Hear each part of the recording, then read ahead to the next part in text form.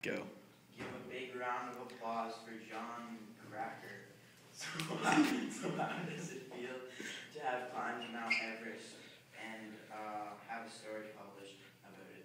Well, it feels great. I've always wanted to climb mountains, but this one, I think, has achieved a lot of different goals, and to have my story published about it's even better. Like, I could not feel better about myself than I do right now, having it over with, just having a great story published. Explain the challenges of oxygen depletion.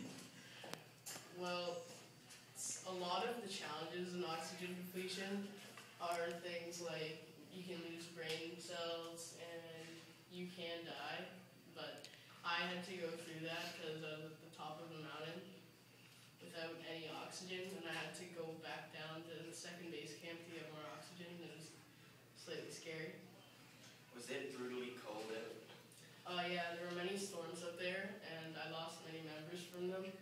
And it was about minus 50 degrees out, so that's cold enough to throw a glass of water in the air and it would come back down frozen. Was there terrible weather?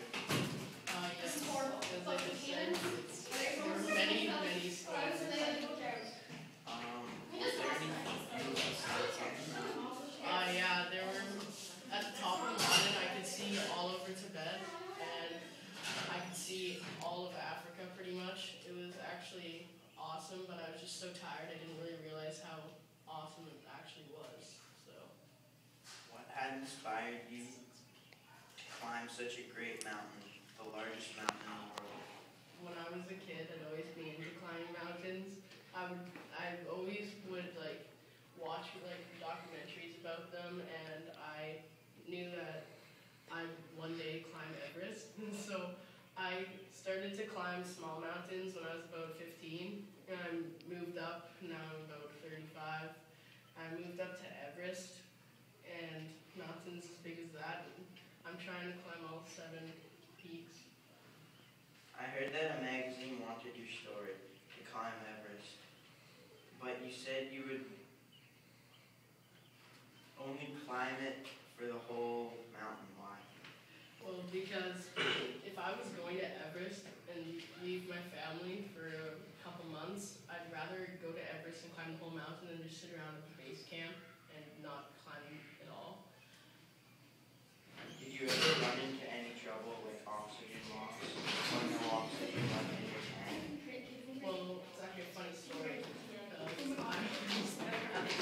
I was climbing up a mountain, and all my other companions were climbing up after me, and I realized my oxygen tank was out, so I was panicking, and when they all came up, I just pretended I was fine, and I was giving them high fives and stuff, and then I was just screamed, gotta go, went down, got more oxygen, and came back up, but it increased my time a lot for climbing it.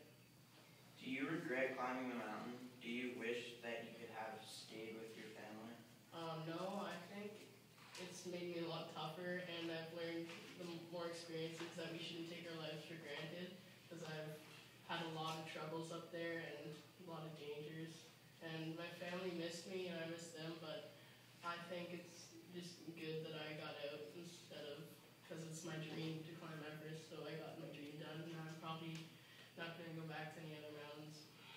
At the top of the mountain, did you enjoy the sights of the world? Yes, I did enjoy them a lot. They were awesome.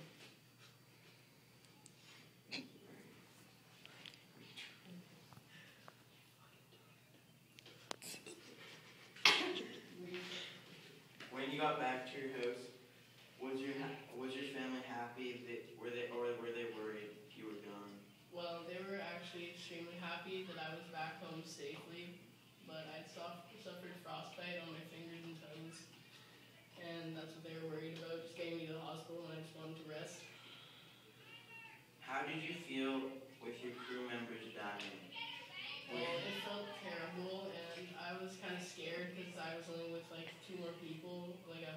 I was up there with a 50-year-old doctor, and he couldn't really help me that much because he, being older, didn't have the strength to climb it without our crew members helping him. Were you worried when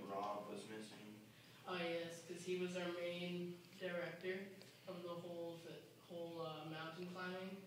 So I was actually really worried, and I was hoping I could get back, and I did, but it was a lot harder than I thought it would be. What did you learn from Everest? Would you ever go back